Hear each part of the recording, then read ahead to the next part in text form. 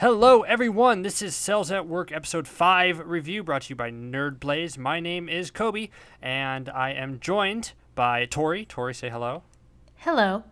Hello. Hi. We're here. How you doing? How you doing? Doing good? Yeah, I'm doing good. I think my cells are pretty much at work today. How about yours? My cells are at work as well.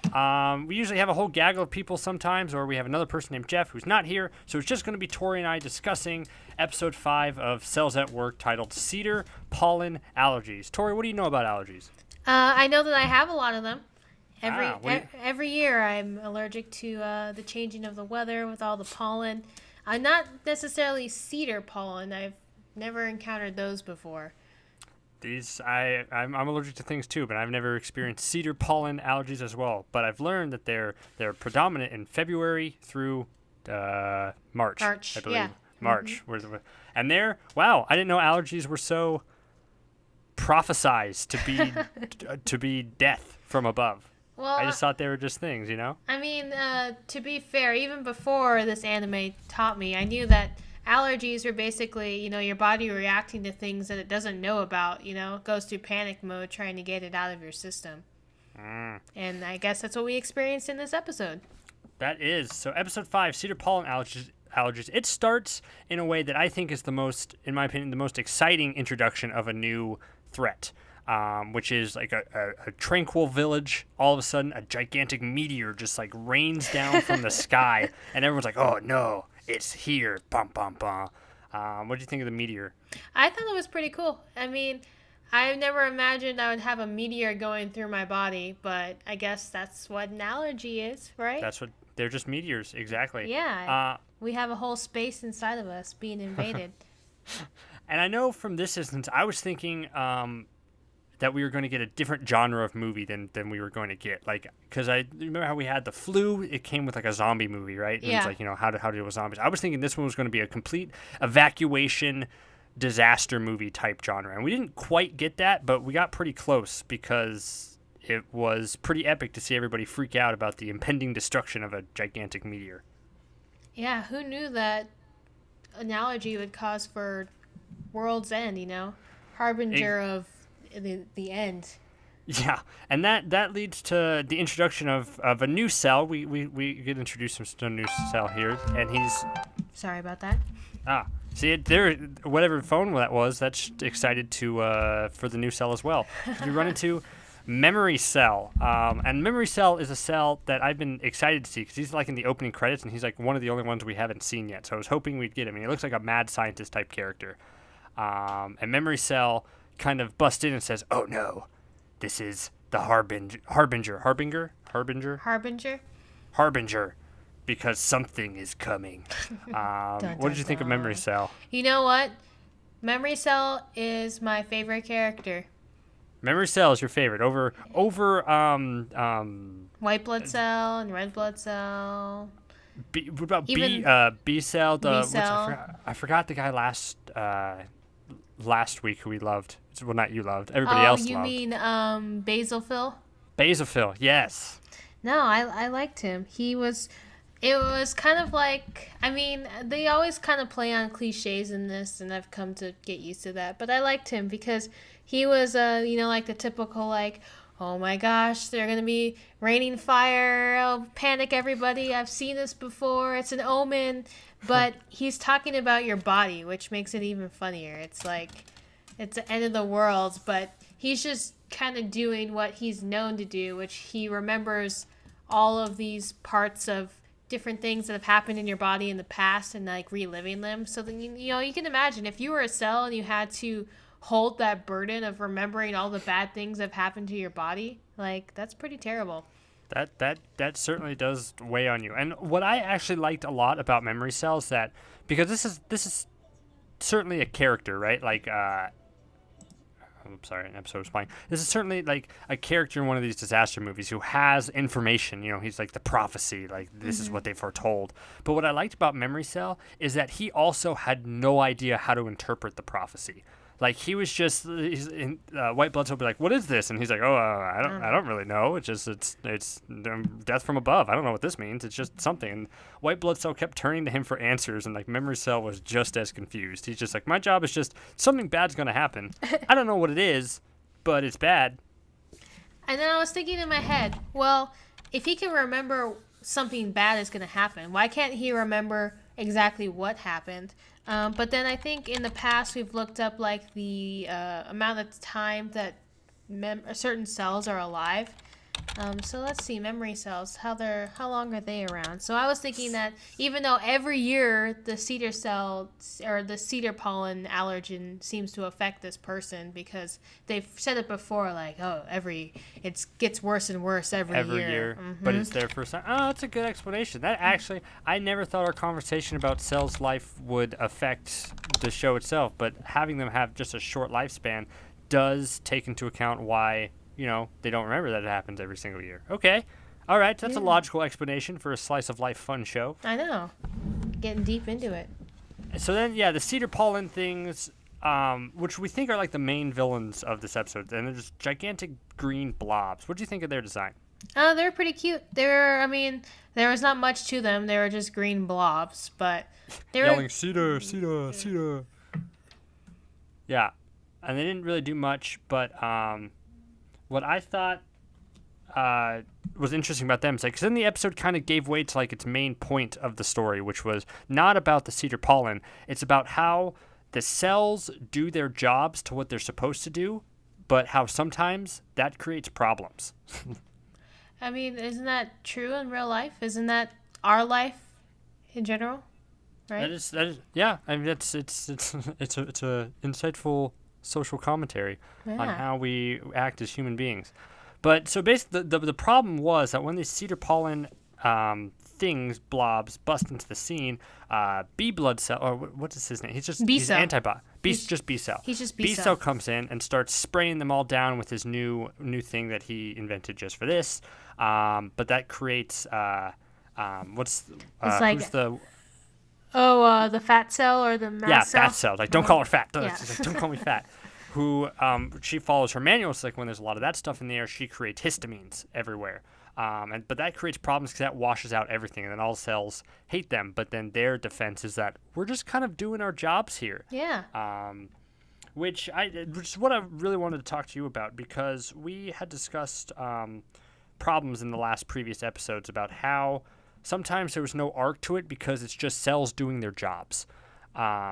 But I found this episode to be kind of interesting because it shows the downside of cells just doing their jobs. So I was really excited to hear kind of your opinion on that, or how this episode progressed and just this overall plot about how it made you feel.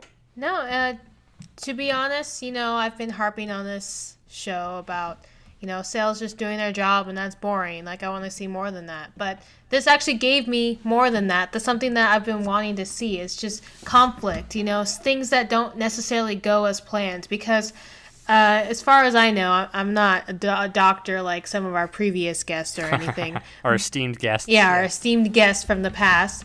But, the body is not a harmonious, thing. There's things that are going to conflict with each other all the time.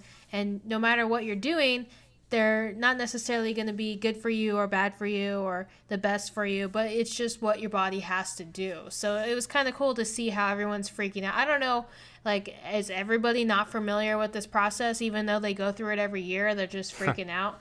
But I just think cells are bitches. Yeah. These cells are so mean to one another. They are. It's just then they get mad when people are doing their jobs. Like, this is all your fault. Destroyed my house. I'm like, well, what are you doing? You're just sitting there crying. Yeah, you can't help in this situation. Yeah, exactly. At least that's what they're trying to do. And even though everyone cheers, when things go wrong or goes right at the end of the previous episodes, this one people were not necessarily happy of the results that came about. And it shows that, there's not just a cheery, happy ending every single time.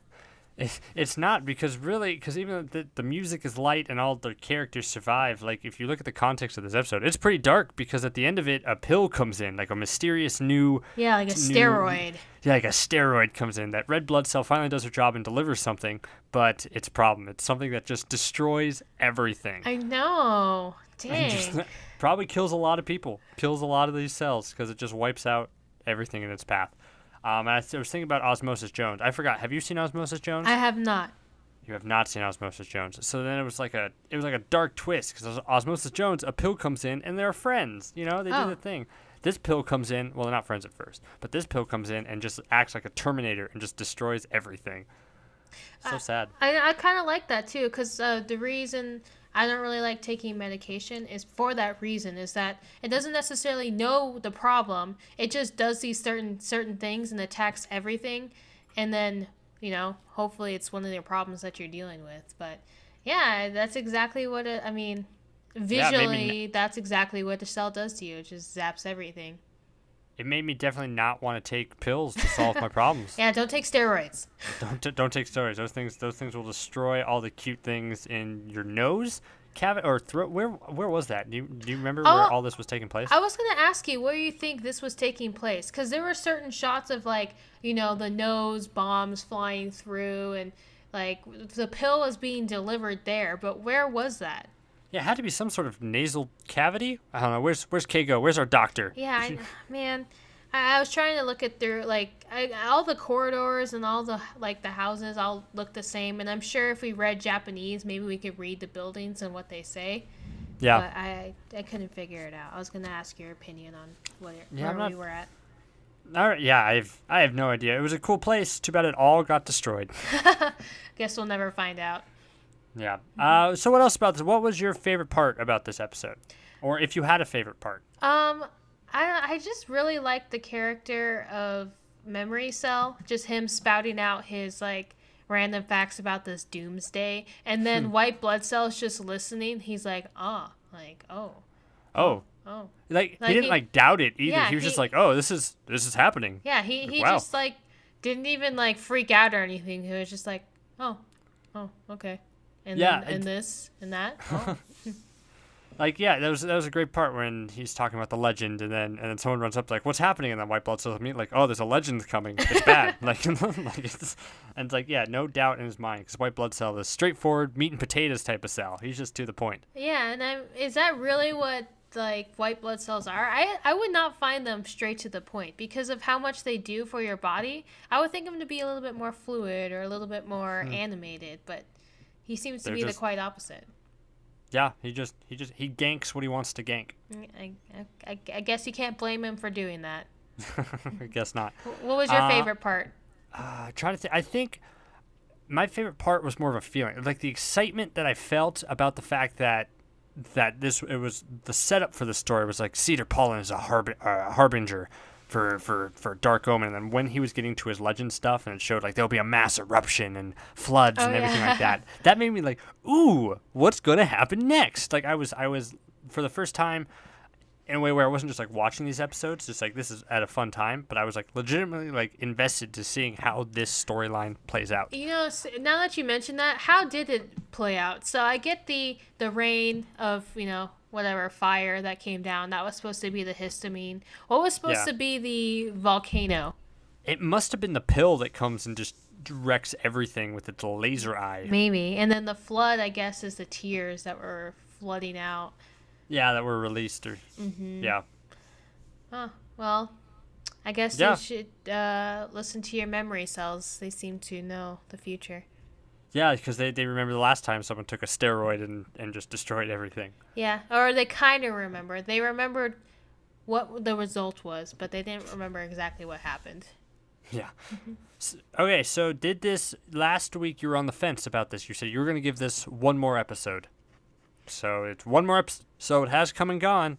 What do you think about the show overall? I think, you know what this show kind of reminds me of? It took me back to my childhood. It sort of reminds me of, and I was trying to put it in terms that I understood, because if you haven't guessed, I probably don't watch a lot of anime. And I didn't watch a lot of anime as a kid.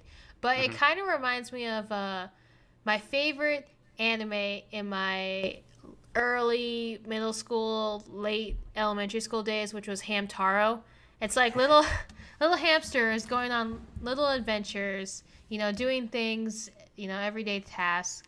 But in Hamtaro, it's a little bit more deeper because the hamsters have their own lives and their own personalities. And these cells don't necessarily have like super strong personalities, except for maybe like I don't know. Maybe Memory Cell kind of had a personality, but then again, he is literally just doing what exactly is his job is supposed to be doing. So, I don't know. It's just like doing main like everyday things and then seeing how they come out about it. But this episode, I will say, changed my opinion just a little bit. I think it's still kind of like slice of lifey of like, things are just going to happen. This one did shock me a little bit when things didn't necessarily turn out all good and, glorious at the end, all happy ending-y. But I definitely know that I can expect a little bit more than what I've seen so far, which makes me want to watch more. Okay, all right. You're kind of back on board. Woohoo! Yeah, kind of. Kind of there. What about your opinion on this show now?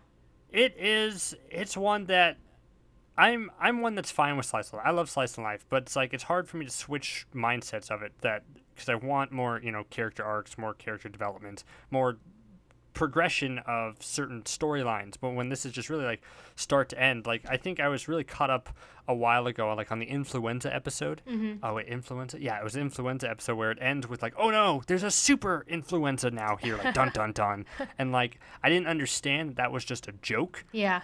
And as opposed not to set up for the next episode, which was like the same thing for this one. I was thinking that the Harbinger isn't the cedar pollen allergies. It's the response to it. It's the pill, and the pill would have been set up as the villain for the next episode.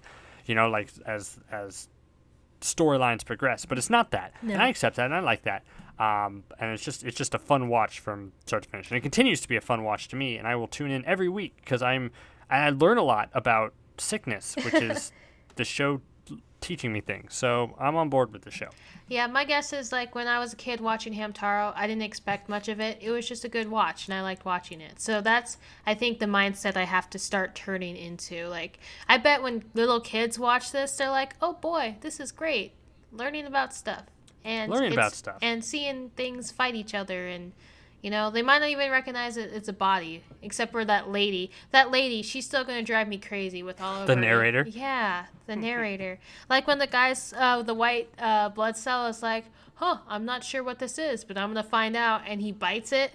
And that was my favorite part. Never mind. That was a fun part. I forgot about that part.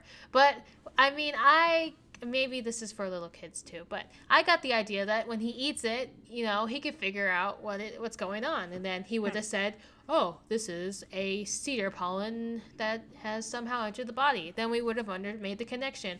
But then she had to come in and be like, "Oh, when we do this, and we are conducting phagocytosis and blah blah blah blah." I'm like, "Oh, come on, we could have figured this out. Come on." So narrator is your biggest enemy of the show. Yeah, very much so. If she would just let the story form, or even through storytelling, like, the bombs that get shot up in the air, we could just assume they're sneezing because they could just write sneeze on it. Or the tears that flow through the dam, they could just put, like tear duct, and then it breaks through. Then we get the point. You don't have to explain to us every single episode what's going on. I hear you there. You're a woman with passion about narrator. Yeah, I like good narrating, and I don't want to sit there and be like yelled at this whole time of what's going on. I'm just like, okay, I get it. Just get to the action. Exactly. I get it. Stuff's happening. Science. Science, bitch. Yeah. That's what it goes down to. All right, cool. Well, I think that about wraps up our discussion. Unless you have anything else to say. No. The cedar the cedar pollen was really cute. That's all I'm gonna end with. That was they're up there. I think at the end of this, we should rank all of after all the episodes have aired, rank all the monsters and sickness by, topness. And I think these are top 3. I think this beats out other ones so far. I just like their giant blob forms. Yeah, they're pretty cool. They're not very Dragon Ball Z-y as we've seen in the past, but they're just cute. They're just cute. Yeah. All right. Well, thank you all very much for joining us for episode 5 of Cells at Work. Join us next week as we continue our escalating war between Torie and the narrator. I don't know about that. I think this narrator is going to beat me one day. Stay strong. I forgot what the name of the next episode was. I remember I looked it up. I mean, I watched the preview of it specifically because I wanted to remember it, and now I forgot what it was. I think it was... Oh, man. I can't pronounce this. Ethroblasts and... It was the preview looked like a backstory. It looked like them as young kids, as young cells. Really? So it looks like a backstory episode. Unless these are just young white blood cells and like different white blood cells and young different red blood cells. Man.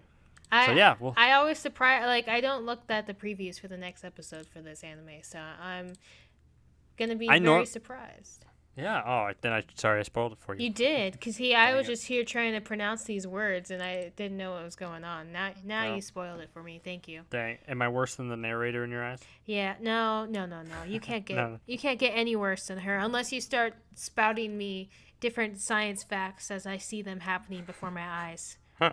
Okay, I won't do that. All right. Well, thank you all very much. You found this on Nerd Blaze. Like, comment, subscribe, start a conversation. We like that. You can find us on Twitter at the Nerd Blaze, as well as on YouTube, where you're probably listening to this. Anything else? No, I mean we don't really like talking with each other, so please talk to us.